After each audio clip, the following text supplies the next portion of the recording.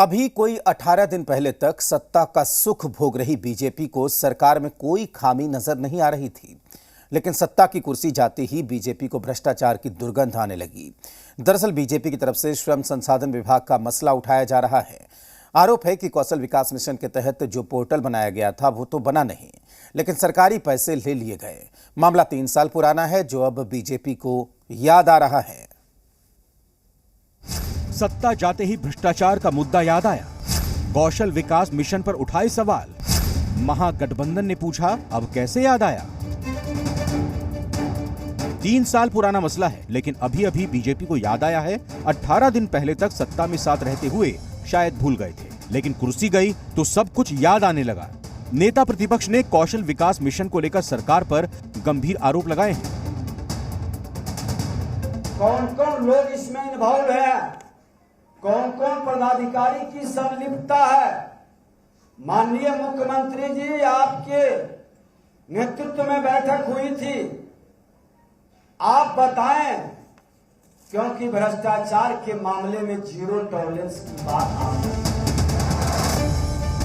है। सत्ता में रहते भ्रष्टाचार के मसले को भूल बैठी बीजेपी अब ताजा याद कर बता रही है कि 19 मार्च 2021 को बिहार विधानसभा में 4 विधायक ध्यान आकर्षण प्रस्ताव लेकर आए थे, जिसमें बताया गया था कि बिहार कौशल विकास मिशन कार्यक्रम के तहत वर्ष 2016 से युवाओं को प्रशिक्षण देने के लिए नॉलेज पार्टनर के रूप में MKCL पुणे का चयन किया गया है। इस कंपनी को प्रशिक्षण के बाद युवाओं को रोजगार की जानकारी के लिए प्लेसमेंट पोर्टल का प्रावधान करना था, लेकिन 3 साल तक प्लेसमेंट पोर्टल की व्यवस्था नहीं की गई। पोर्टल तो नहीं बना, लेकिन सरकार के करोड़ों रुपए ले लिए। जनवरी 2020 में पोर्टल खोला गया। 5 सालों में सिर्फ 10 से 20% छात्रों को ही प्रशिक्षित किया गया, जबकि KYP सेंटर को प्रशिक्षण पूर्ण करने पर भुगतान किया जाता है। सरकारी आदेश के बावजूद प्लेसमेंट पोर्टल के लिए गलत ढंग से भुगतान किया गया।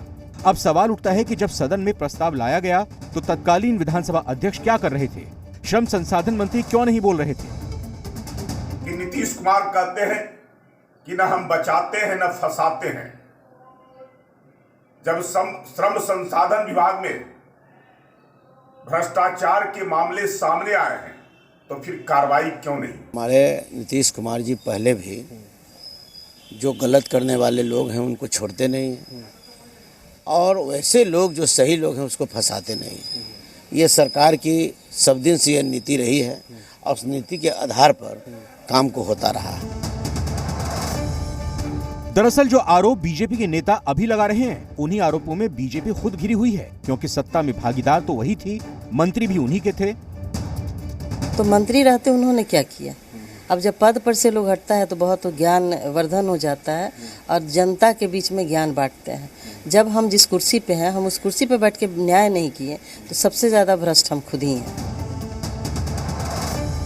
एक बात तो है, 18 दिन की सत्ता में कोई भ्रष्टाचार का खेल तो हो नहीं सकता, तो बीजेपी गड़े मुर्दे उखाड़ रही है, लेकिन इन्हीं गड़े मुर्दे की गवाही में बीजेपी भी फंस सकती है। जिस मंत्रालय पर सवाल है वो बीजेपी के हिस्से में था, तो फिर बीजेपी अब तक चुप क्यों रही? ब्यूरो रिपोर्ट, जी मीडिया।